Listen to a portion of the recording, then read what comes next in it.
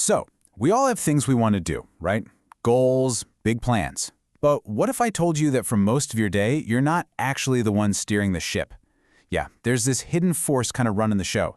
And in this explainer, we're going to pull back the curtain on your brain's incredible and powerful autopilot system. I mean, think about it.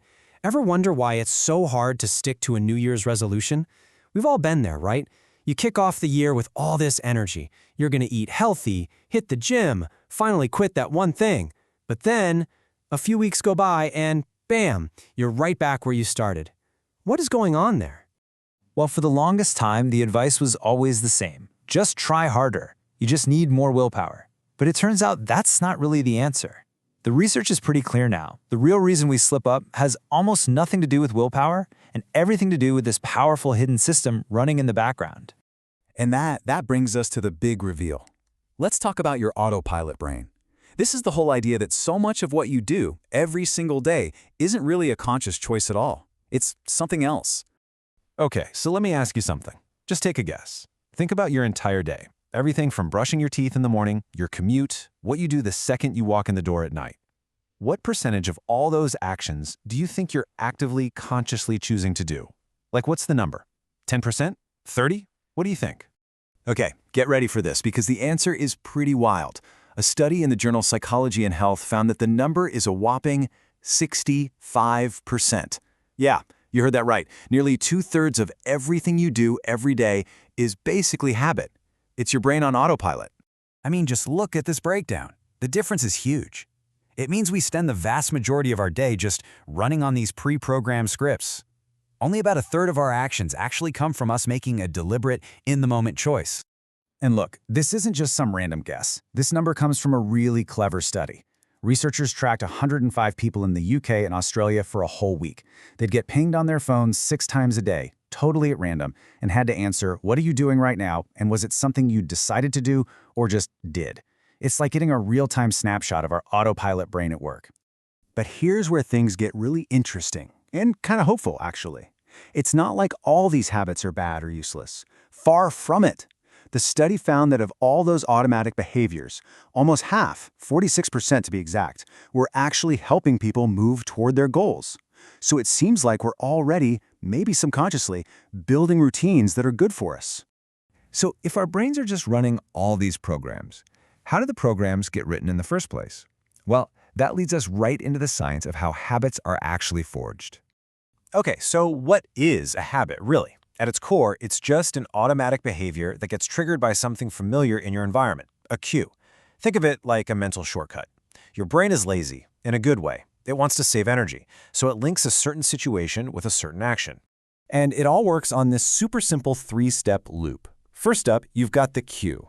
Let's say, for a smoker, that cue is finishing a big meal. That cue then triggers step 2, the automatic routine. In this case, reaching for a cigarette without even thinking about it. And then, the most important part, repetition.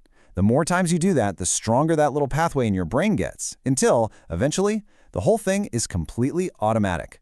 You know, the study's lead author, Dr. Amanda Rebar, put it perfectly. She said people like to think of themselves as these rational decision makers. But the reality is, so much of what we do over and over is just automatic. It happens with minimal forethought, as she says. We think we're in the driver's seat, but a lot of the time, we're not. Okay, so we get the what and the how. We know this autopilot exists and how it's built. But now for the big question, the one that really matters.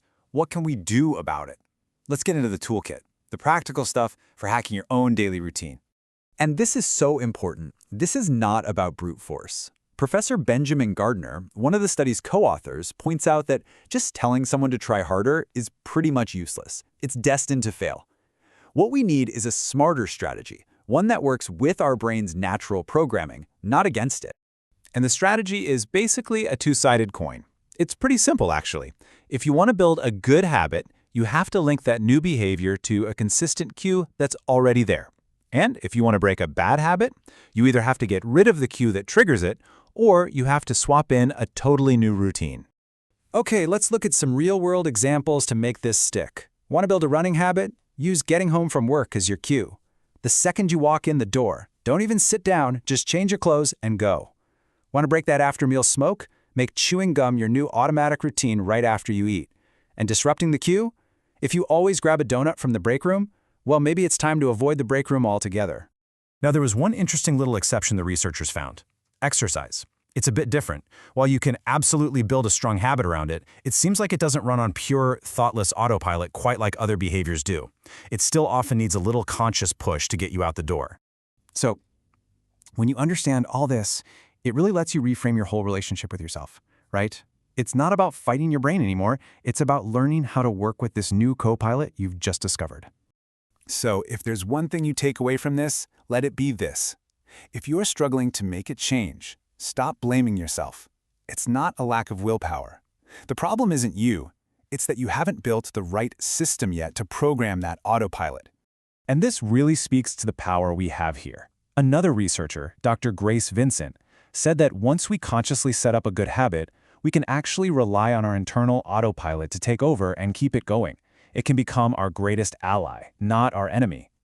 Which brings us to one last question, a question for you. Now that you know all about this hidden force, this autopilot, I want you to think about your own day, your own routines. What's just one small autopilot routine you can start to redesign today?